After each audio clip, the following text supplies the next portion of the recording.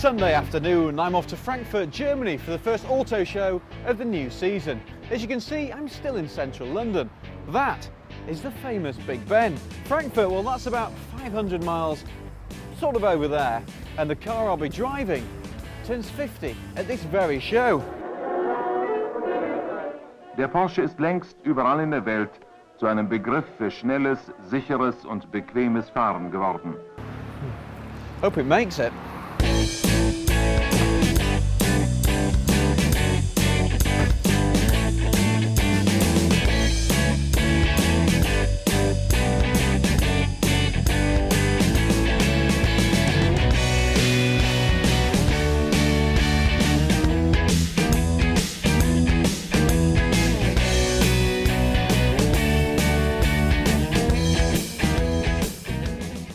Morning. Welcome to Belgium. Ugh. We've now got about 300 miles to go to Frankfurt, and ahead lies a glorious section of de-restricted German Autobahn. Hello, gorgeous.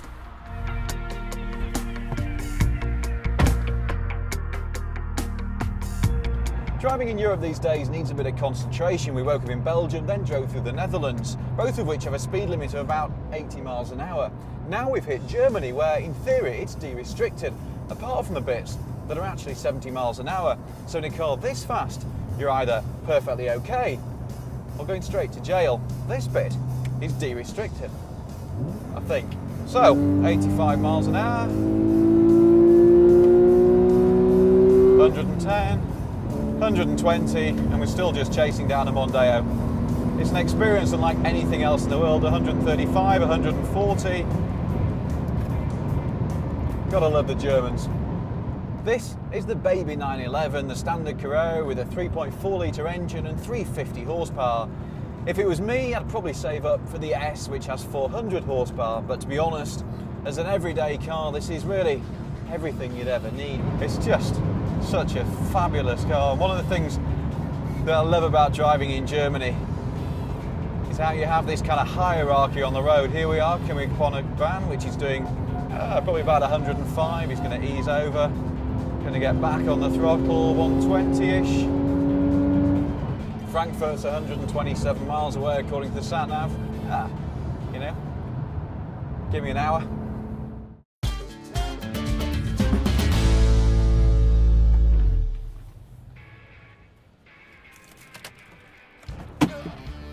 So, the old girl made it. Welcome to Frankfurt. Now we're here, there's lots to look forward to. Me, I can't wait to see the BMW i8, the Audi Sport Quattro, the Mercedes GLA, Jaguar's first SUV. But before all that, I've got to have a quick shower and it's off to the Volkswagen evening, where we might just see the new Porsche 918 Spyder and the 50th anniversary special edition of this car, the old 911.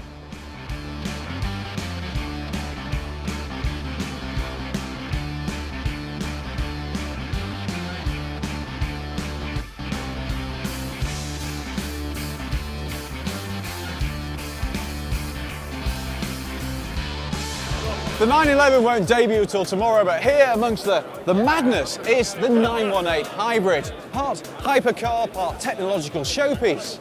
It debuts technology which will eventually trickle down to the Porsche mainstream. I think we need a closer look. Come on, Stevie. There are two versions of the 918, a standard and a lightweight Weissach. This is actually a bit of a hybrid between the two, if you'll pardon the terrible pun. You get the magnesium wheels from the Weissach, but without the 6-point race harness. As you'd expect, pretty much everything you see here is made from carbon fibre, including the chassis and this big delicious bodywork. It keeps the mass down to roughly the same as a BMW 5 Series. As you can see, the 918 is mid-engined. It's a race-developed 4.6 litre V8, developing 600 horsepower. And I love these exhaust pipes protruding from the top of the engine. But to be honest, the gasoline engine is only a third of the story. There's also an electric motor here and another one in the nose. The one in the back drives the rear wheels. The one in the front drives the front. Added all together, you get a car that develops 875 horsepower and 943 pounds-feet of torque. All that power is transferred through a 7-speed flappy paddle gearbox. Porsche reckons it's good for a top speed of 214 miles an hour and 0 to 60 in just 2.8 seconds, which is roughly the time it takes to take a normal human breath.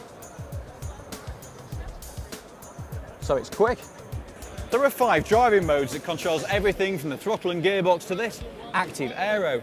In the fully electric mode, the 918 Spyder will hit 93 miles an hour and have a range of between 10 and 20 miles. Or you can opt for the hot lap function and use the battery's juice to boost the performance. Porsche then reckons the 918 will lap the Nürburgring in 7 minutes 14 seconds if you vault a roll.